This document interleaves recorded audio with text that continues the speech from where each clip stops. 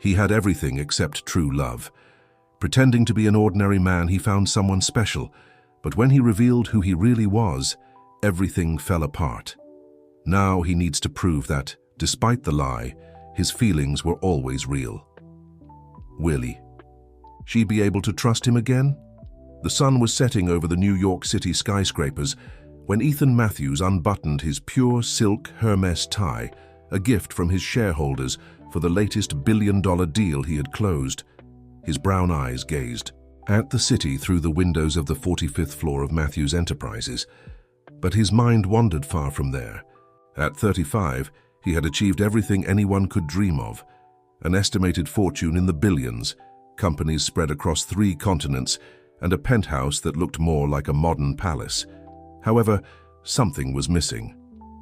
"Mr. Matthews, Miss Olivia Rothschild is waiting for the scheduled dinner," announced his secretary through the intercom.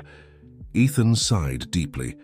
Another arranged meeting by his mother, Elizabeth Matthews, the matriarch who insisted on seeing him properly married. Olivia was the 3rd suitor of the month, all cut from the same pattern. Heiresses from traditional families, educated in the best European schools, and completely uninteresting in his eyes. "Tell her I had a business emergency," he replied, massaging his temples. "And please cancel all social commitments for this week. But sir, your mother, especially those organized by my mother, Sandra." He picked up his latest generation cell phone and tossed it on the solid mahogany desk. Beside it, a stack of business magazines displayed his photo on the cover, with headlines proclaiming him the Prince of Enterprises or the Lonely Billionaire. The press loved to speculate about his personal life, create theories about why someone so successful remained single. If only they knew the truth. Ethan walked to the private bar in his office and poured himself a 25-year-old whiskey. The amber liquid danced in the crystal glass as he recalled his last attempt at a relationship 6 months ago. Marina, an international model, seemed different at first, until he discovered that she had planned every casual encounter, every smile, every kiss, all meticulously orchestrated by her agent to secure a $1 million contract. The bitter taste of betrayal still lingered. He went to his desk and opened a secret drawer, taking out a document he had been keeping for weeks. It was a new identity, perfectly legal, but with a different name.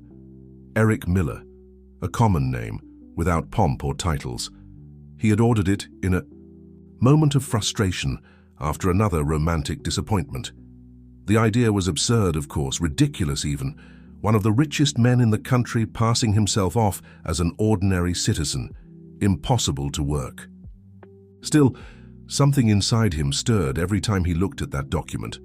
A possibility, a chance to find something true in a world where everything seemed to have a price.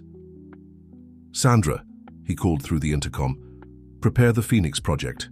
Documents for review tomorrow." The Phoenix Project was his biggest secret. Not even the company board knew of its existence. On the surface, it seemed like just another holding company for various investments. In reality, it was his escape route.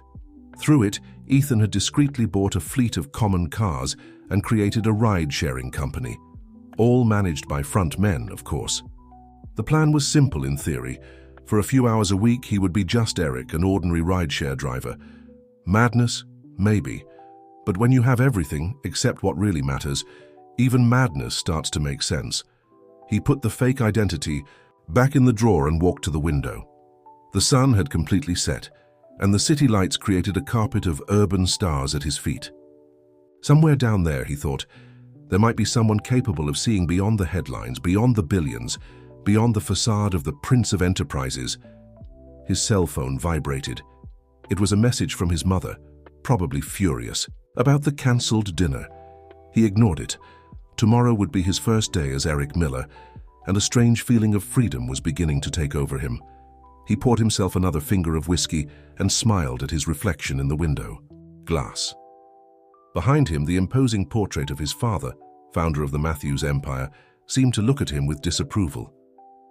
If he were alive, he would certainly find this idea complete insanity. "To madness then, Dad," he toasted alone, observing the city lights. "Because sanity hasn't taken me anywhere. The clock struck 8 p.m. when he finally decided to go home. Tomorrow would be a long day.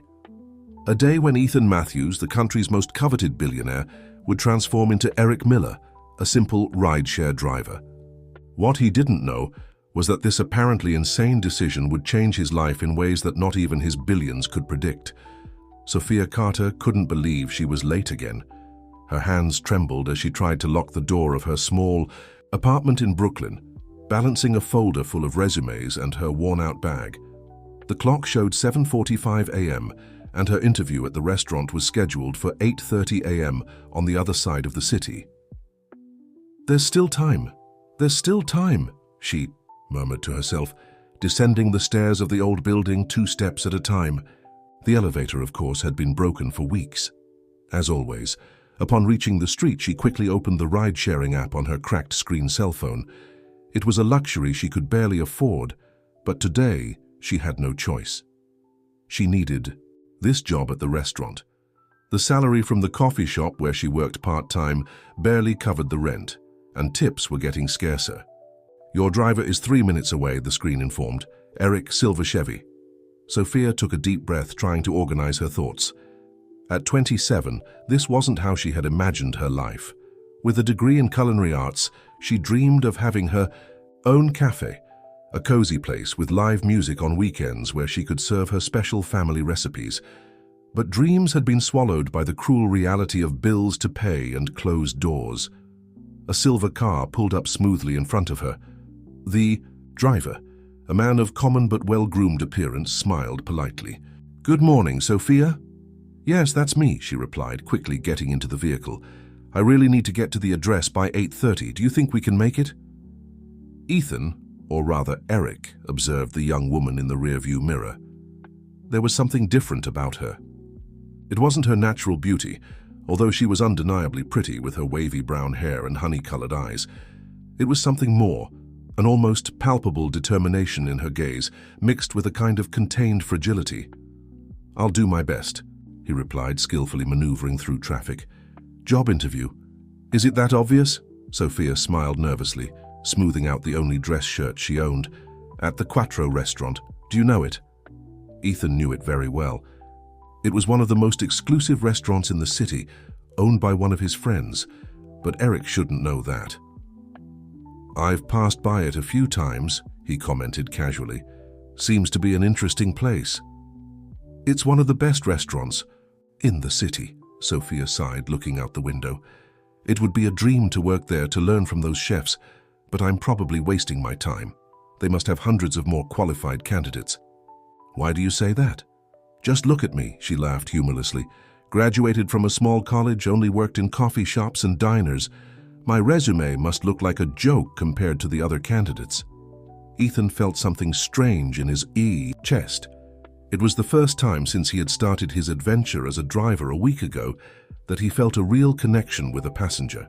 The raw honesty in her words touched him in an unexpected way. "Sometimes it's not just the resume that matters," he commented, swerving around a bus. "It's the passion for what you do, the willingness to learn." "You talk like my grandmother," Sophia smiled, this time genuinely. She always said that talent without passion is like coffee without aroma. It might look pretty, but it lacks soul. "Your grandmother seems to be a wise woman." "Was," she corrected gently, a tone of sadness in her voice. "She taught me everything I know about coffee. All the special recipes I use in the coffee shop are hers." Ethan noticed how her eyes lit up when talking about coffee. "You work in a coffee shop?" "Part-time at Blossom Brew, know it? It's a small place in Greenwich Village. The salary is low, but at least I can experiment with some recipes on slower days." The rest of the journey was filled with a surprisingly pleasant conversation about coffee, recipes, and dreams. Sophia talked about her desire to open her own establishment one day, a place that combined the tradition of old cafes with a modern touch. Eric shared some made-up stories about other passengers, making her laugh with unusual situations. When they arrived at their destination, there were still 15 minutes left before the interview. "Thank you so much," Sophia exclaimed, genuinely relieved. "You saved me today." "It was my pleasure," he replied sincerely. "And good luck with the interview. I'm sure you'll do well." She smiled one last time before getting out of the car, and Ethan felt something he hadn't felt in a long time, the desire to continue a conversation, to know more, to understand what was behind that smile that mixed hope and resignation. He watched her enter the restaurant and picked up his personal phone, Ethan Matthews, not Eric Miller's. He dialed a familiar number. "Andrew, it's me. I need a favor. About a candidate who's going to interview at Quattro today." He hung up the phone and sat for a few minutes reflecting. He was breaking his own rules by interfering, but something about that young woman had sparked his curiosity. It wasn't just her beauty or her friendliness. It was her authenticity, her sincere way of facing difficulties. He started the car again, returning to the chaotic New York traffic. Later, in his office at Matthews Enterprises, he would receive the full report on Sophia Carter. But for now, he was content to be just Eric, the driver who had the privilege of meeting a girl who talked about coffee with so much love in her eyes.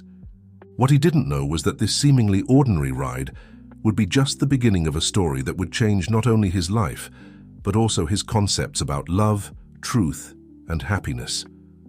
The aroma of freshly roasted coffee filled the air at Blossom Brew as Sophia finished cleaning the counter for the third time that morning. It was a particularly busy Thursday, and she still hadn't fully processed the events of the last week. Against all odds, she had gotten the job at Quattro. "I still can't believe they actually hired me," she commented to Megan, her co-worker and longtime friend, while preparing another cappuccino. "And I can't believe you're still here, working in this dead-end place," Megan replied, arranging the cups. "With a job like that, I would have quit on the spot." Sophia smiled, drawing a perfect leaf in the cappuccino foam. "You know I can't abandon Mr. Charles like that. He gave me a chance when no one else would. Besides, working here allows me to experiment with my recipes." The doorbell chimed, announcing the arrival of a customer. Sophia looked up, and her heart skipped a small beat. It was him, Eric, the rideshare driver who had taken her to the interview. He had become a regular customer over the last week, showing up almost every day for coffee. "Good morning," she greeted, trying to contain the smile that insisted on appearing. "The usual." Ethan, in his role as Eric, nodded.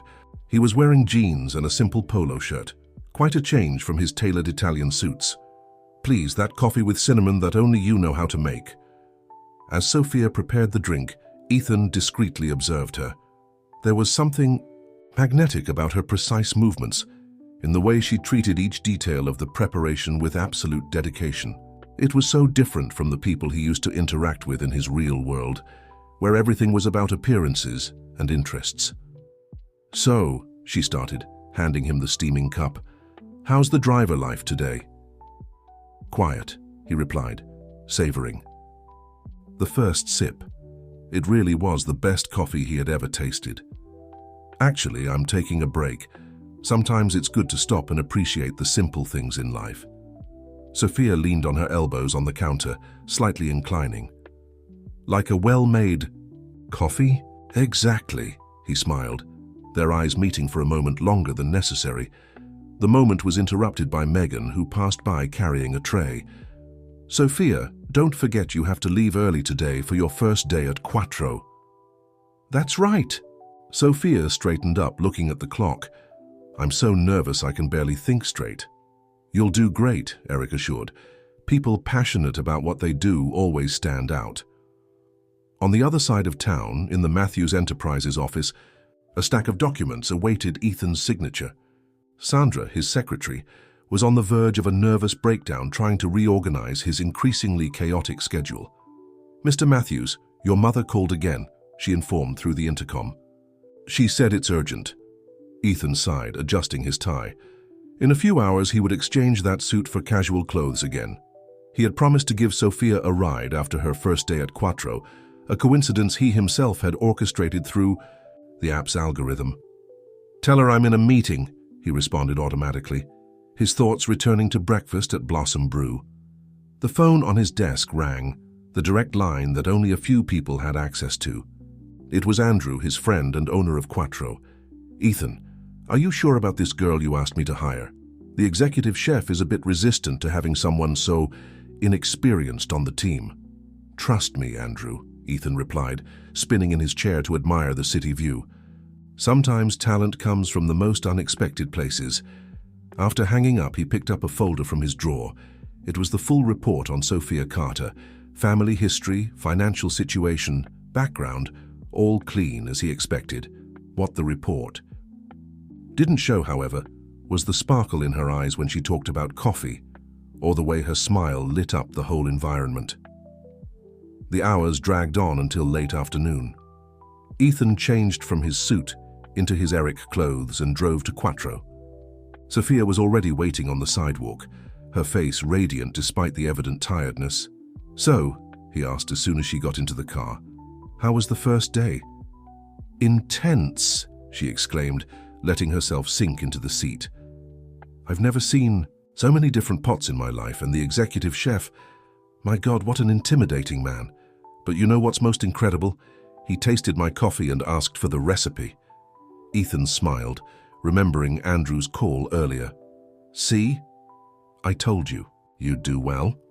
"Thank you," she said softly, "for giving me strength on that interview day. I think it was your encouragement that gave me courage." Ethan's heart raced. As Eric, he could be himself without the pressures and expectations that came with the Matthews name. He could have sincere conversations, make real connections. But how long could he maintain this facade? "So," she continued, "since you always go to the coffee shop to have my special coffee, how about returning the favor? Do you know any nice place to have dinner? I promise I'm not very demanding." The proposal caught him by surprise. It was the first time she had taken the initiative to suggest something outside their usual context. "I know a place," he replied, trying to control the excitement in his voice. "A family restaurant in Little Italy. Nothing too fancy, but the food is authentic." "Perfect," Sophia smiled. "After a whole day at Quattro, all I need is something simple and true." Simple and true. The words echoed in Ethan's mind as he drove.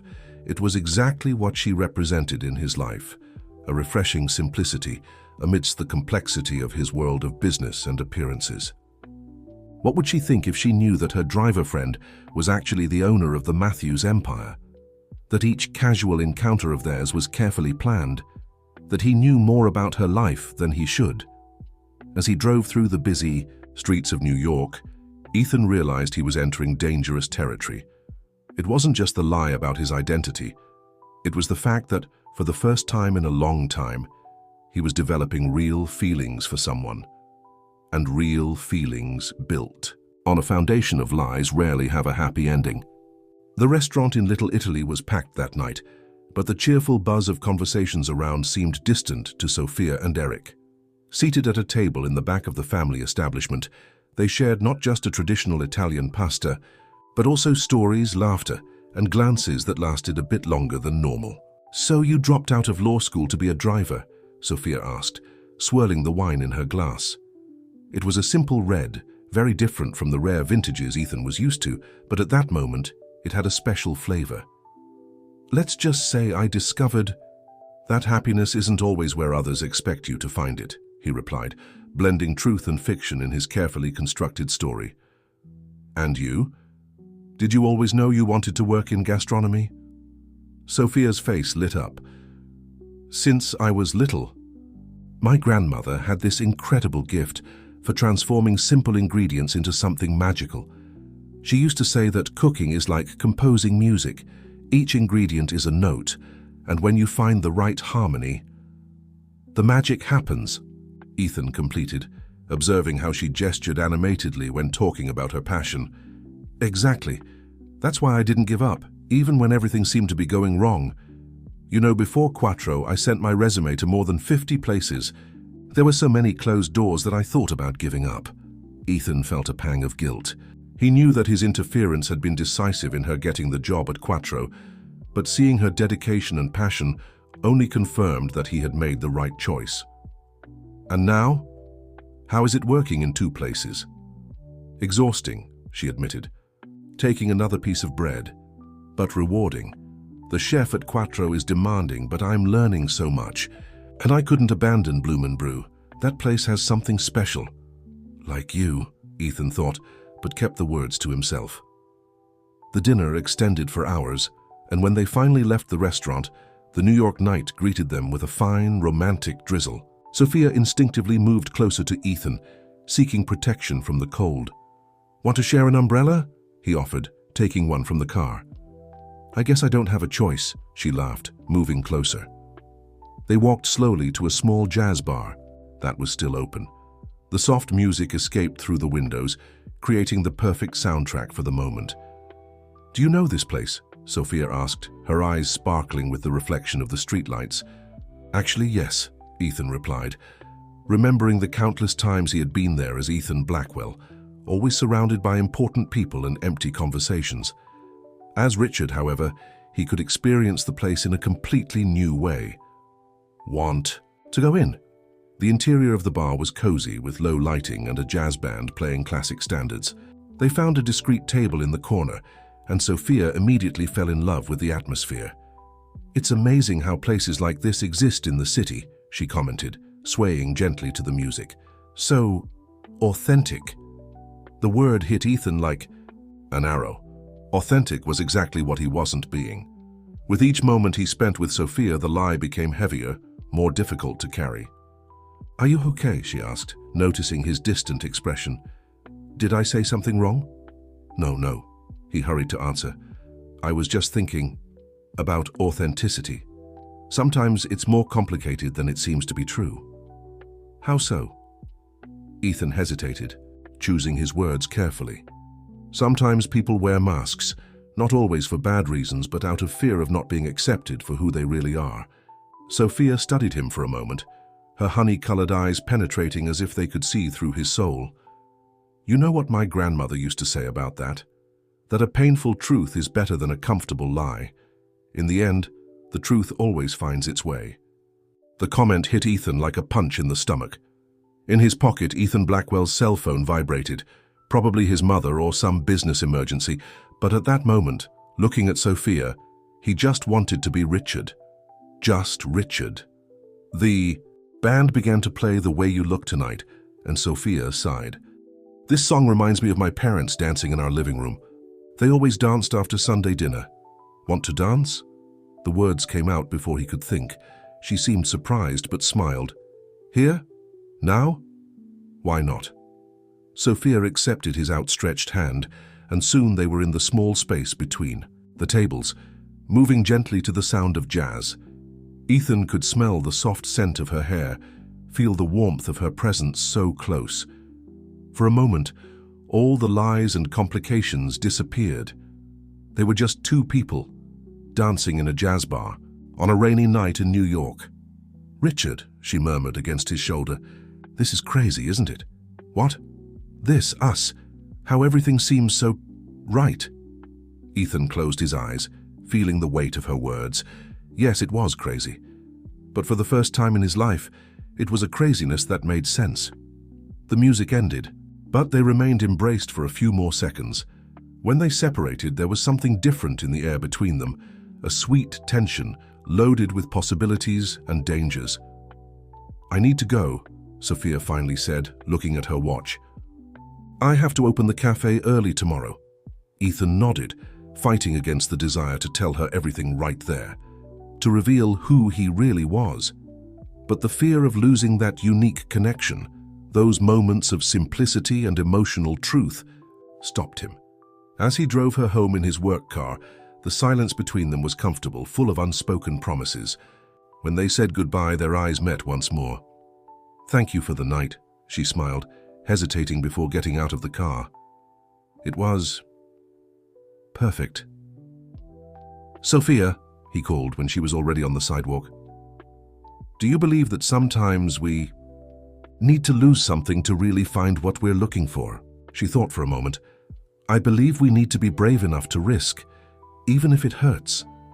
With those words, she entered her building, leaving Ethan alone with his thoughts and the growing weight of his lie. The next day, he would return to being the powerful Ethan Blackwell, with important meetings and billion-dollar decisions to make. But that night, in the silence of his car, he was just a man divided between two worlds, discovering that the heart doesn't care about bank accounts or social status. What he didn't know was that destiny was about to complicate his double life even further, and that his choices would have consequences that not all his resources could control. The main hall of Quattro was in an uproar that morning. A team from a famous gastronomy magazine was doing a special report on the behind the scenes of the restaurant, and Sophia discreetly observed everything from the kitchen while preparing the special coffees that had already become her trademark. "Sophia," called Chef Pierre, his French accent more pronounced than usual due to nervousness, "prepare your special cardamom coffee for the journalists. They need to try it." She smiled, proud. In just a few weeks, her creations had already conquered not only the team, but also the most demanding customers of the restaurant. As she worked on the drink, her thoughts wandered to Richard. They hadn't seen each other in 3 days. He had sent a message saying he needed to resolve some personal matters. Miss Fields, one of the journalists, approached her space in the kitchen. "I've heard a lot about your creations. Could you tell us a little about your creative process?" Sophia was about to respond when a different commotion took over the hall. Through the main door entered an imposing figure she knew only from magazines and newspapers, Ethan Blackwell, the famous entrepreneur. "Mon Dieu," exclaimed Chef Pierre. "Mr. Blackwell himself. Andrew didn't tell me he was coming today." Sophia observed discreetly as the businessman greeted the magazine team. There was something familiar about him, something in his gestures. She shook her head, pushing away the absurd thought. She turned her attention back to the coffee she was preparing, determined to impress the journalists. Ethan, meanwhile, felt his heart racing. He hadn't planned to go to Quattro that day, but Andrew had insisted due to the report. It will be great for the restaurant's image, he argued. Now, he was meters away from Sophia, in his true identity, praying that she wouldn't notice any resemblance to Richard. "Mr. Blackwell," the journalist who was talking to Sophia turned to him. "What a pleasant surprise. Could you give us your opinion on Quattro's innovations?" "Of course," he replied, keeping his voice in the deepest register possible, different from the tone he used as Richard. "Actually, I've heard a lot about a special coffee that—" "Oh yes," the journalist interrupted him excitedly. "We were just talking to Sophia, our coffee specialist. Sophia, could you serve a cup for Mr. Blackwell?" The moment Ethan had feared, so much had arrived. Sophia approached with a steaming cup and their eyes met for the first time, he as Ethan Blackwell, not as Richard. "It's an honor, sir," she said politely, though her eyes showed slight unease. "I hope you enjoy it." Ethan took the cup, trying to control the trembling in his hands. The aroma was exactly the same he had grown accustomed to savoring at Bloom and Brew. He took a sip, and for a moment, all the cameras and curious looks disappeared. "Extraordinary," he commented sincerely. "I've never tasted anything like it." Sophia blushed slightly, and Ethan realized he was looking for too long. He quickly averted his gaze, turning his attention back to the journalists. "Mr. Blackwell," another reporter approached. "Is it true that Blackwell Enterprises is expanding into the gastronomy sector?" "I can't comment on future projects yet," he responded diplomatically, although his thoughts were far from there. Sophia was still observing him with an intrigued expression, as if trying to solve a puzzle. The rest of the visit was torture. Ethan needed to maintain his posture as an important businessman while feeling Sophia's occasional gaze upon him. At one point, he caught himself observing her work, the same grace and dedication that had so enchanted him when he was Richard. "Impressive how she transformed our coffee section," commented Andrew, who had arrived during the photo session. "It was an excellent recommendation of yours." Ethan froze. Sophia was close enough to hear. "Excuse me?" she asked, turning around. "You recommended me?" "Not exactly." Andrew tried to fix it, realizing the blunder. "It's just that Mr. Blackwell knows our selection process and—" "Actually," Ethan intervened, his mind working quickly, "I just heard about your talent through acquaintances in the gastronomy circle. I was glad to know that you got the position on your own merits." Sophia nodded, but something in her gaze had changed. Ethan knew that look. It was the same one she had when something didn't make sense in a recipe. After a few more photos and interviews, Ethan said goodbye quickly and left the restaurant.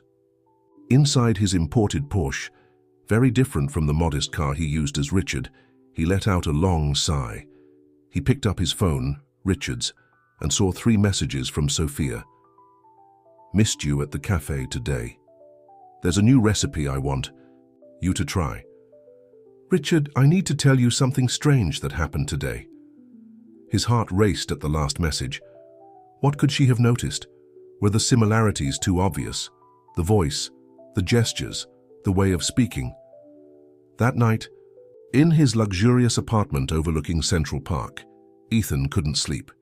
Sophia's words about truth and lies echoed in his mind. The empire he had built, all his success in business, was based on his ability to make tough decisions. But now, for the first time, he felt completely lost.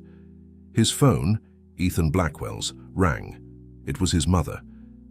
Ethan, darling, you won't believe it.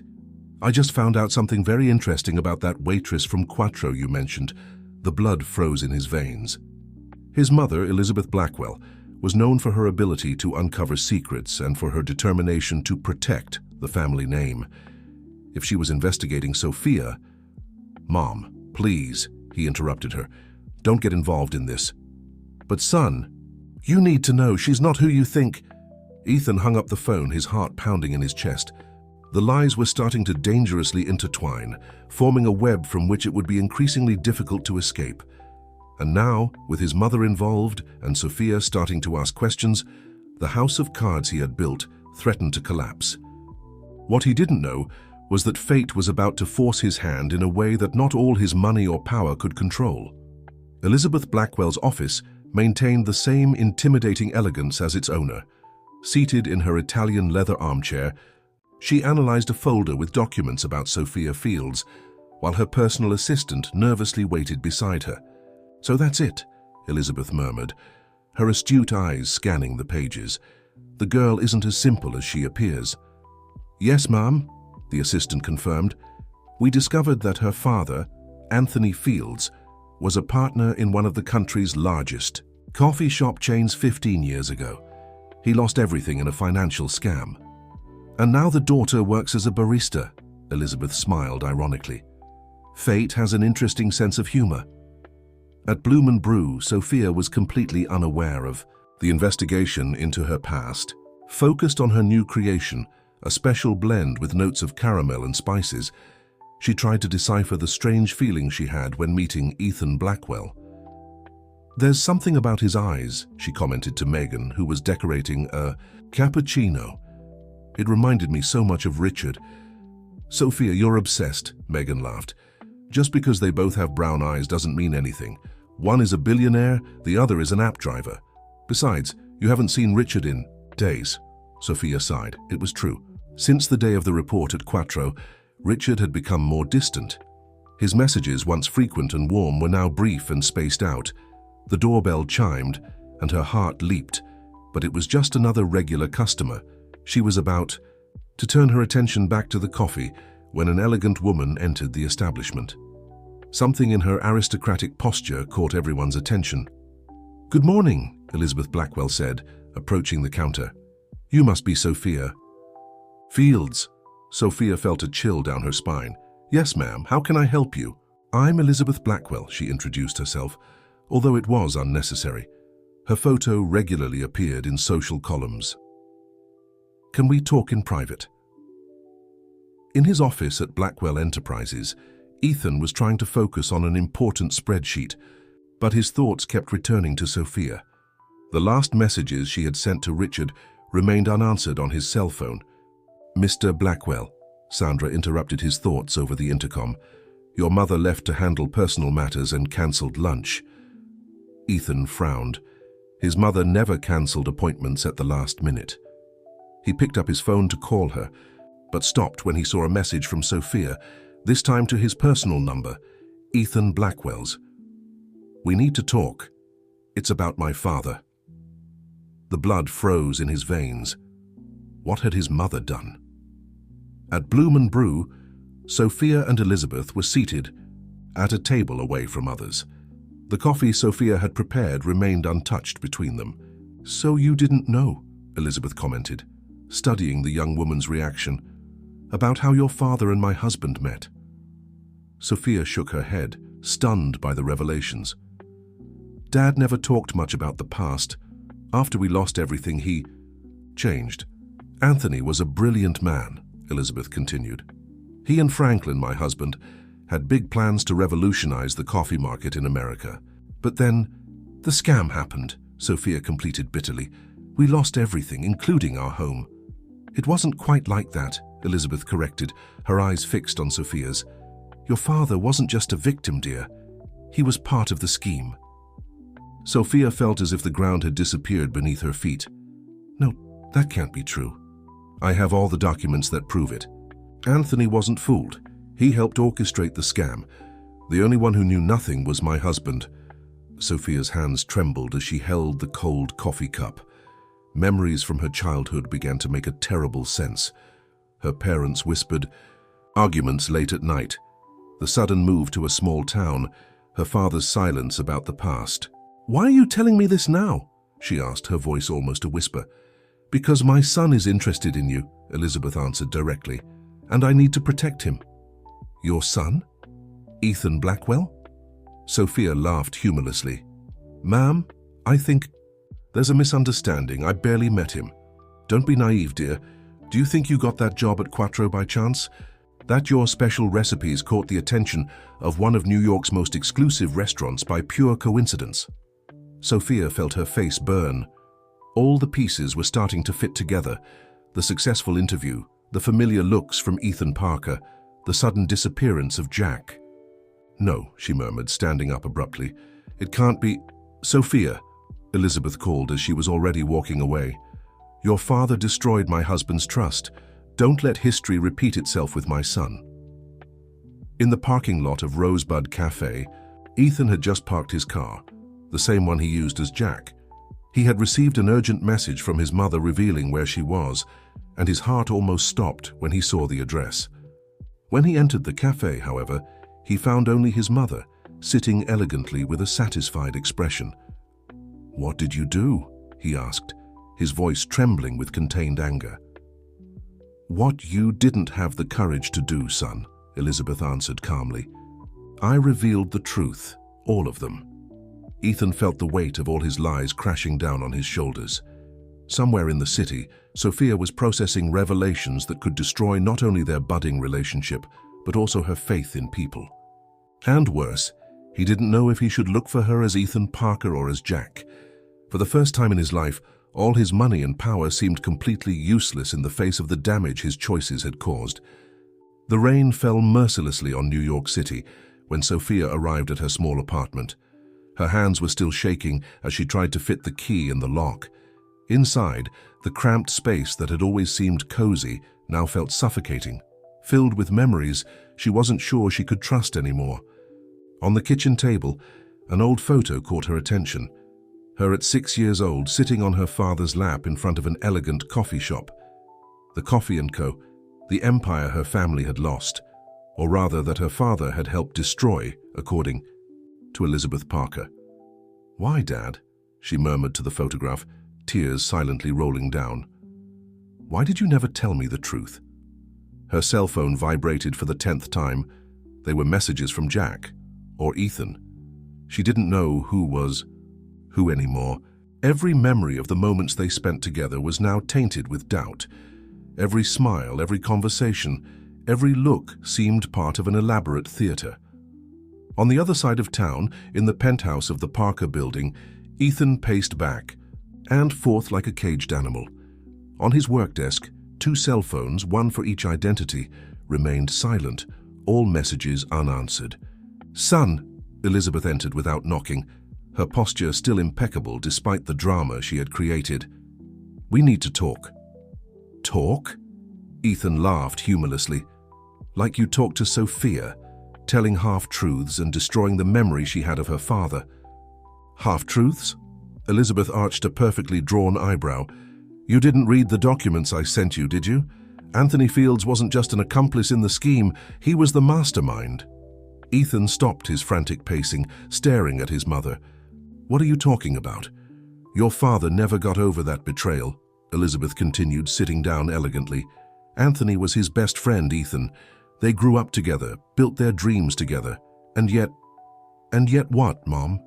Anthony planned everything for years. He gained the trust of investors, convinced your father to expand rapidly, and then diverted millions before disappearing. Your father managed to save the company by miracle.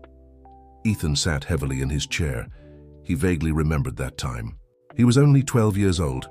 He recalled his father spending sleepless nights in the office, heated phone discussions, the devastated face when everything came to light.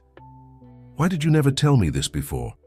Your father didn't want you to grow up distrusting people, Elizabeth sighed. He said the price of success couldn't be the loss of the ability to trust. And now you decided it was time to use this story to separate me and Sophia. No, son, Elizabeth stood up, approaching him. I decided it was time to prevent you from making the same mistake as your father, blindly trusting someone from the Fields family. Sophia is not her father, isn't she? Elizabeth smiled sadly. And you're not your father. Still, look at what you did.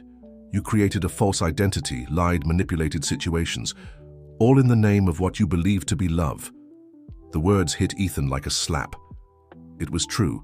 He had become exactly the kind of person he always despised, someone who manipulated the truth for their own ends.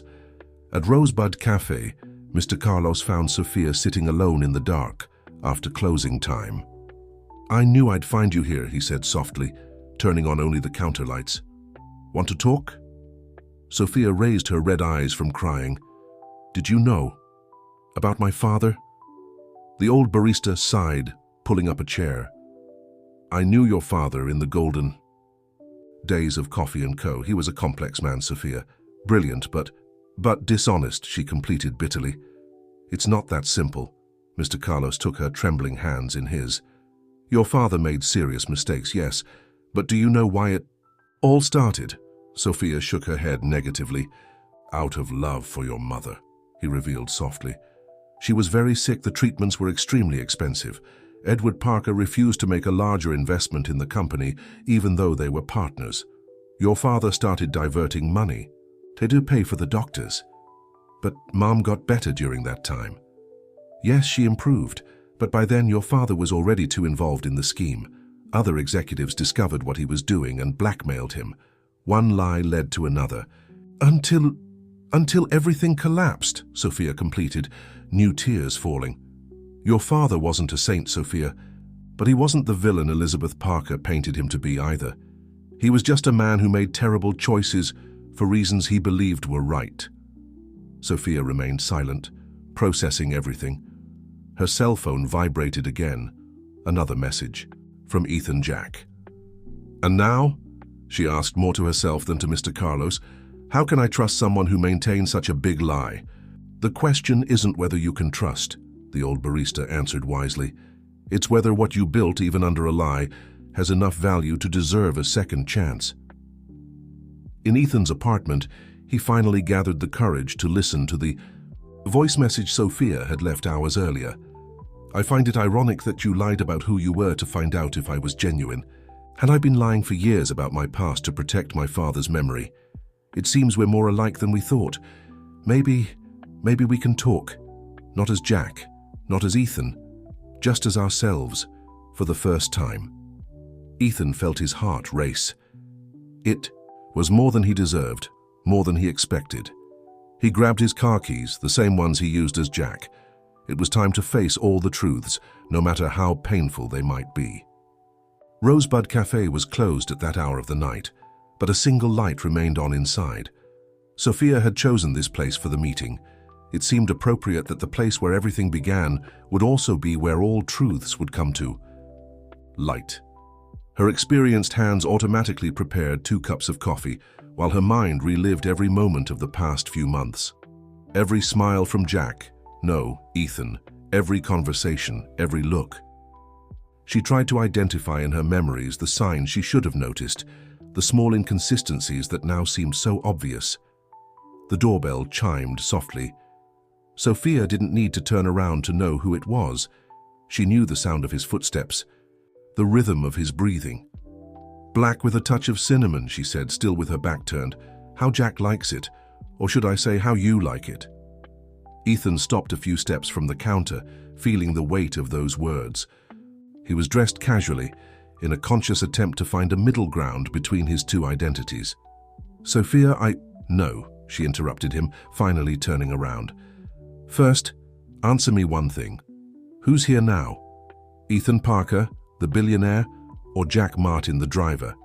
Neither, he answered after a moment of hesitation. Just me, no masks, no characters. Just a man who fell in love with an extraordinary woman and was afraid of losing her before really having her. Sophia pushed one of the cups in his direction, watching his reaction carefully. You know what's ironic? I really believed I had found someone who saw me for who I am, not for my past or family name. And you did. Ethan took a step forward. Everything we lived, every conversation, every moment, it was real. The only lie was my name. And your entire life, Sophia raised her voice, her hands trembling slightly. Every story you told, me about financial difficulties, about dropping out of college, all lies. Not everything, he moved closer, leaning on the counter. The stories about my loneliness, about never having found someone who loved me for who I am, they were true, terribly true. Silence fell between them, filled only by the soft bubbling of the coffee machine. For a moment, both seemed lost in their own reflections. My father, Sophia finally spoke, her voice softer, used to say that good coffee is like a genuine person. No matter how much time passes, the real flavor always remains, impossible to mask. Ethan observed his cup, the dark liquid reflecting, the dim light of the cafe. And what's my real flavor, Sophia? I don't know, she admitted, meeting his eyes. Every time I think I've finally understood you, I discover a new layer.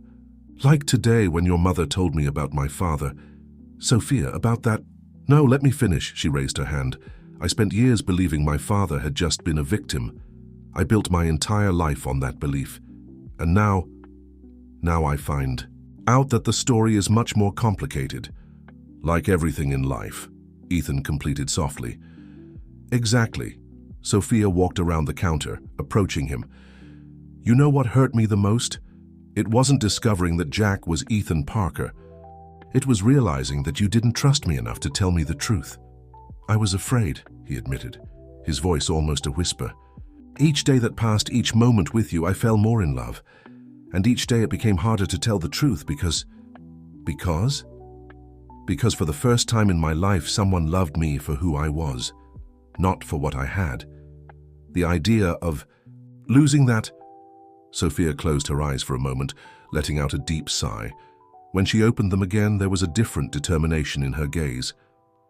I'm going to tell you a story, she began, leaning against the counter next to him. When we were children, after we lost everything, my father spent hours teaching me about coffee. He said we could lose money, status, even our reputation, but that no one could take away our knowledge, our passion for what we do. Ethan listened attentively, feeling that something important was about to be said. For years I believed he was just trying to console me, Sophia continued. But today I understand that he was teaching me something much deeper, that our real value isn't in what we have or what others think of us, but in what we choose to be, in the decisions we make. And what decision are you going to make now? Ethan asked, his heart beating hard in his chest. Sophia turned to him, her eyes shining with contained tears. I still don't know. But I know that I need to know the real Ethan, not the billionaire from the magazines, not the app driver, but the man who hides behind those masks. And if you don't like what you find, then at least it will be a decision based on the truth, she answered, a small smile appearing on her lips. Besides, you still make the best comments about my coffee, regardless of which personality you're using. Ethan couldn't help but smile. It was amazing how, even in such a tense moment, she could find a way to lighten the weight of the situation. So, can we start over? He asked, extending his hand. Hi, I'm Ethan Parker, a man who made the mistake of thinking he needed to be someone else to be loved. Sophia looked at the outstretched hand for a long moment. Finally, she accepted it. Sophia Fields, A woman who learned that sometimes we need to lose everything to discover who we really are. The coffee cooled in the forgotten cups, but something new and fragile began to form between them. It was no longer the carefree passion of before, but something deeper, more genuine. Something built, not despite the scars and imperfections, but through them. Outside, the New York night continued its course, indifferent to the small miracle happening inside that closed coffee shop, the miracle of two people choosing truth, no matter how difficult it was, no matter how much it hurt. A week had passed since the night of revelations at Rosebud Cafe. The New York autumn painted the streets with golden leaves, and Sophia watched the city awaken from her apartment window. Her life had changed completely in the last few days, but in a way she could never have predicted. Her cell phone vibrated with a message from Ethan, now using his real number. "I'm almost there." "Nervous?" She smiled, typing the response. "A little. It's not every day we officially meet the boyfriend's family." Boyfriend?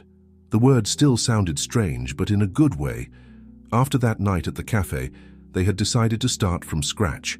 No lies, no characters, just themselves, with all their imperfections and complexities. The intercom rang. Sophia took a deep breath, checking her reflection one last time in the mirror. She wore a simple but elegant dress, a gift from her grandmother that she had saved for special occasions.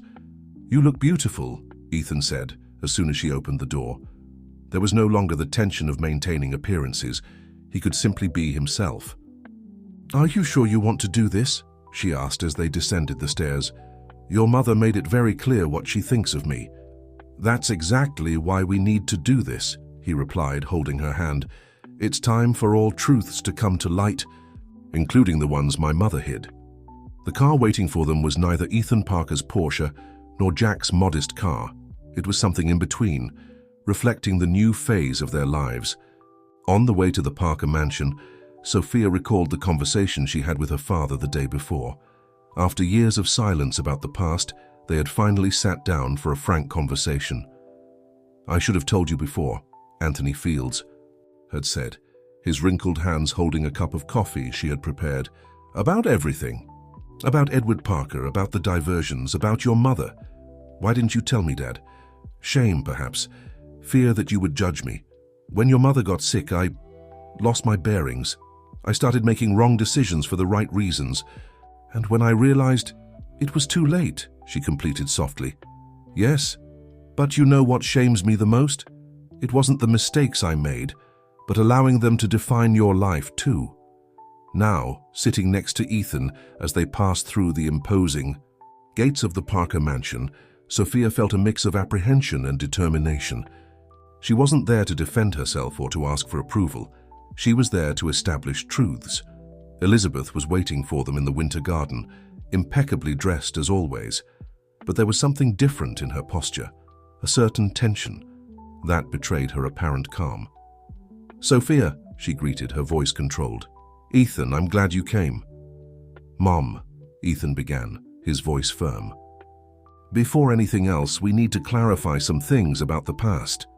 "I've said everything that needed to be said," Elizabeth replied, making a dismissive gesture. "No, you didn't," Sophia intervened, surprising everyone with her firmness. "You didn't tell about how my father started diverting money to save my mother. You didn't mention how Mr. Parker refused to help, even though they had been partners for years." Elizabeth paled slightly. "Who told you that?" "Does it matter?" Ethan asked. "It's true, isn't it?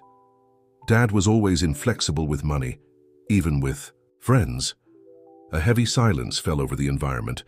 Elizabeth walked to a side table, serving herself water with slightly trembling hands. "Your father," she finally spoke, turning to Sophia, "was Edward's best friend. They grew up together, dreamed together. When he came to ask for help for Clara's treatment, Edward refused," Ethan completed, starting to understand. "And that destroyed him, didn't it? Seeing his best friend choose money over friendship." "Don't be naive, Ethan," Elizabeth protested. "Business is business. We couldn't—" "No," Sophia interrupted softly. "They were people, family, friends. My father made terrible mistakes, yes, but it all started with a choice. The choice to save my mother or respect the rules of business." Ethan observed his mother with new eyes. Is that why you're so afraid of me getting involved with Sophia? Because you're afraid history will repeat itself? Elizabeth didn't respond immediately. She walked over to an old photograph on the wall, Frank and Anthony, young and smiling, in front of the first Café and Cumber's store. Your father never forgave himself, she finally admitted. In his last days, before passing, he talked a lot about Anthony, about how he had failed as a friend. Sophia felt tears in her eyes. My father never got over it either, not the loss of money or the company, but of the friendship. And now, Ethan asked, approaching his mother, are we going to let the mistakes of the past define our future too? Elizabeth looked long at her son, then at Sophia. There was something different in her gaze, no longer the hardness from before, but something softer, almost vulnerable. You really love her, don't you? She asked softly. Yes, Ethan replied without hesitation. Not for her name, not for her past, but for who she is. And you, Sophia, Elizabeth turned to her. After everything our family did to yours, I've learned, Sophia answered, meeting the matriarch's eyes, that people are not just their past choices, they're also their chances to do things differently in the present. A long moment passed, the silence filled only by the ticking of the old clock. Finally, Elizabeth did something that surprised everyone. She smiled, a small, hesitant smile, but genuine. Well, she said, smoothing her dress in a nervous gesture, I think it's time to learn the true recipe for the coffee you make. The one that won over my son when he was playing chauffeur. Sophia smiled back, feeling the weight of the last few days begin to dissipate. It would be an honor, but I warn you, it's a family recipe. As it should be, Elizabeth replied softly. As it always should have been. Ethan watched the two women head to the kitchen, talking about coffee and old recipes. Something new was being born there, not an erasure of the past, but a chance to build something different on its ruins. He took out his cell phone and sent a message to Andrew at Quattro. I need to tell you a story about coffee, friendship, and new beginnings. And I have an idea for a new project. The aroma of freshly roasted coffee filled the air as the final details were being adjusted. Sophia observed the space with a mix of pride and nostalgia, the restored antique wooden tables, the black and white photographs on the walls, the impeccable counter where old recipes would come to life again. Everything is perfect, Ethan commented, embracing her from behind. Your father would be proud. Sophia smiled, leaning into him. I still can't believe we did it. Café & Co. was being reborn, not as a large chain, but as a unique space that blended tradition and modernity. The idea had emerged 3 months after that first tense meeting at the Montgomery mansion, a way to honor the past while building something new. The journalists are already arriving, Megan, now the cafe manager, announced excitedly. And there's a line forming outside. Sophia took a deep breath, adjusting her personalized apron. On the back, the new Café & Co. logo was accompanied by a phrase, Where Stories Meet. Ladies and gentlemen, Andrew from Quattro began his opening speech to the gathered press. It is with great pleasure that we participate today in the reopening of a space that is part of New York's culinary history. In the front row, Elizabeth Montgomery sat next to Anthony Fields, an image that months earlier would have been unthinkable. The two were talking quietly, occasionally smiling as they observed their younger photographs on the cafe walls. And now, Andrew continued, I'd like to call Sophia Fields and Ethan Montgomery to speak about this unique project. Ethan gently squeezed Sophia's hand before they climbed onto the small, improvised stage. She couldn't help but notice how different he looked from the cold businessman she had met at Quattro, or even the friendly driver he pretended to be. He was simply himself, and that was more than enough. Café & Co. has always been more than just a commercial establishment, Sophia began, her voice steady despite her nervousness. It was a place where friendships were built, where stories intertwined, where the aroma of coffee brought back memories and created new moments. And that's what we want to bring back, Ethan complimented. Not just the name or the recipes, but the essence of what made this place so special.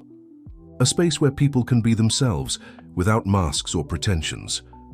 The camera flashes captured every moment, but the couple only had eyes for each other. Their personal stories, as well as those of their families, had intertwined in unexpected ways, creating something new and precious. And to celebrate this inauguration, Sophia continued, we would like to serve a special creation, the New Beginning Blend, a recipe that combines beans grown on the old Montgomery farms with traditional techniques from the Fields family. As the waiters served cups to the guests, Sophia noticed tears in her father's eyes. Anthony Fields raised his cup in a silent toast to Elizabeth, who returned the gesture with an emotional smile. You did it, Ethan whispered to Sophia as the guests savored the coffee. You turned a story of loss into something beautiful. We did it, she corrected. Who would have thought we'd need so many lies to finally find our truth? The event continued with interviews and photographs, but the most significant moment happened later, when the cafe was already closed. The Montgomery and Fields families remained, sharing old stories and new dreams. You know, Anthony commented, looking at a photo of himself with Frank Montgomery, your father always said that the secret of good coffee is like the secret of life. It's not in the ingredients, but in the love with which we prepare it. And he was right, Elizabeth replied softly, just as he was right about it never being too late to start over. Ethan watched Sophia preparing another round of coffee for the family. Her graceful movements, her dedication to every detail, the smile that lit up her face, all of this made him fall in love even more. Hey, she called, noticing his gaze. Want to learn how to make it? I thought you'd never ask, he smiled, approaching the counter. As Sophia taught Ethan the secrets of her art, showing the ideal water temperature and the perfect grind point, the cafe filled with laughter and conversations. Old grudges gave way to new memories, and the aroma of freshly brewed coffee filled the air with promises of happy futures. You know what's funny? Sophia commented as Ethan tried to draw a leaf in the coffee foam. You started by pretending to be someone else to find true love. And I found someone who taught me that the truth, however difficult it may be, is always the best path, he completed, pulling her in for a gentle kiss. Cafe & Co. was coming back to life, not just as a commercial establishment, but as a symbol that it's possible to transform mistakes into learnings, hurts into forgiveness, and lies into profound truths. A place where, as the new slogan said, stories met, and where love in its purest and truest form proved to be stronger than any obstacle. Outside, the New York night continued its course, and the aroma of coffee kept telling stories of new beginnings, ready to welcome new dreamers in search of their own truth. Dear listeners, we hope that Sophia and Ethan's story has touched your hearts. To continue this journey of emotions and discoveries, we've prepared a special playlist with equally captivating stories. You can find it by clicking on the link to the left. If this story moved you, don't forget to subscribe to our channel and leave your like. Every day, we bring new narratives that explore the complexity of human relationships and the beauty of new beginnings. Tell us in the comments, have you ever experienced a love story that began in an unexpected way? We're eager to read your accounts. Until the next story.